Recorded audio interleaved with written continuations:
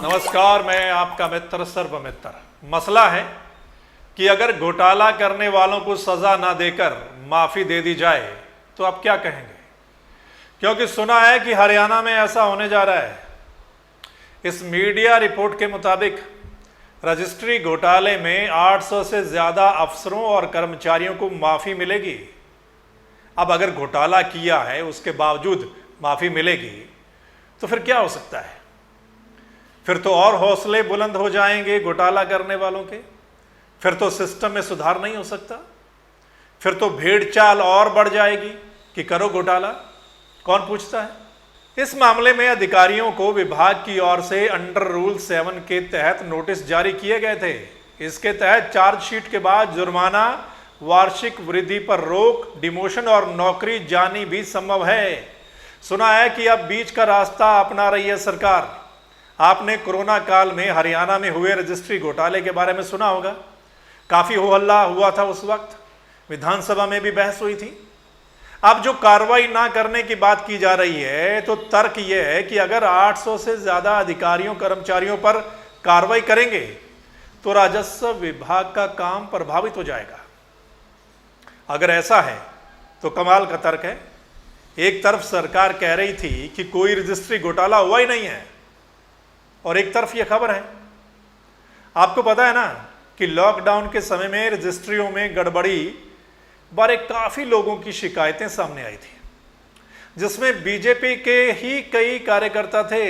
जब हो हल्ला हुआ तो सरकार ने जांच करवाई तो जांच में खुलासा हुआ कि नियम 7A का उल्लंघन करके हरियाणा में 64,000 से ज्यादा रजिस्ट्रियां हुई थी।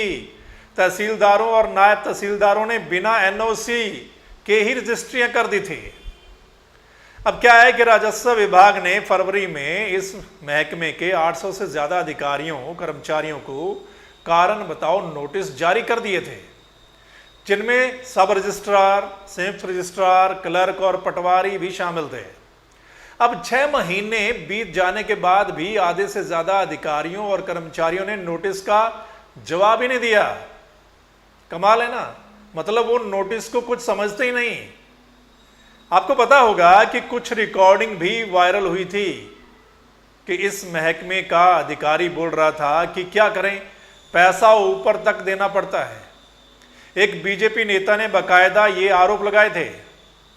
तो उस समय यह मामला काफी चर्चा में रहा था।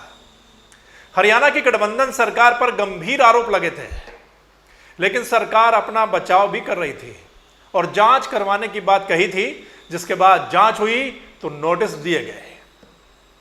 लेकिन अब सुनने में आ रहा है कि ज्यादातर अधिकारियों कर्मचारियों को माफी दी जा सकती है। हां, कुछ अधिकारी कर्मचारियों पर गाज गिर सकती है जिन्होंने सरकार को वित्तीय नुकसान पहुंचाया।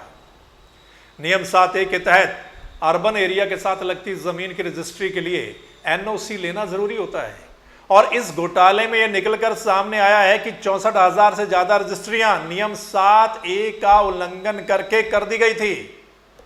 और लोगों में भी आम चर्चा रही कि रजिस्ट्रियों वाले महकमे में काफी भ्रष्टाचार चल रहा है ना।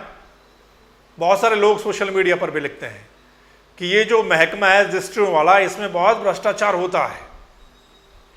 लॉकडाउन के समय यह मामला सामने आया था कि ऐसा चल रहा है और आपने सुना 64,000 से ज्यादा रजिस्ट्रियां कर दी गई थी नियम 7A का उल्लंघन करके, बिना एनओसी के, जहां एनओसी लेना जरूरी था।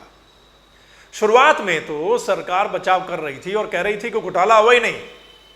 बाद में जब दबाव पड़ा, प्रेशर पड़ा तो जांच करवाई गई और जांच में कारण बताओ नोटिस भी दिए गए।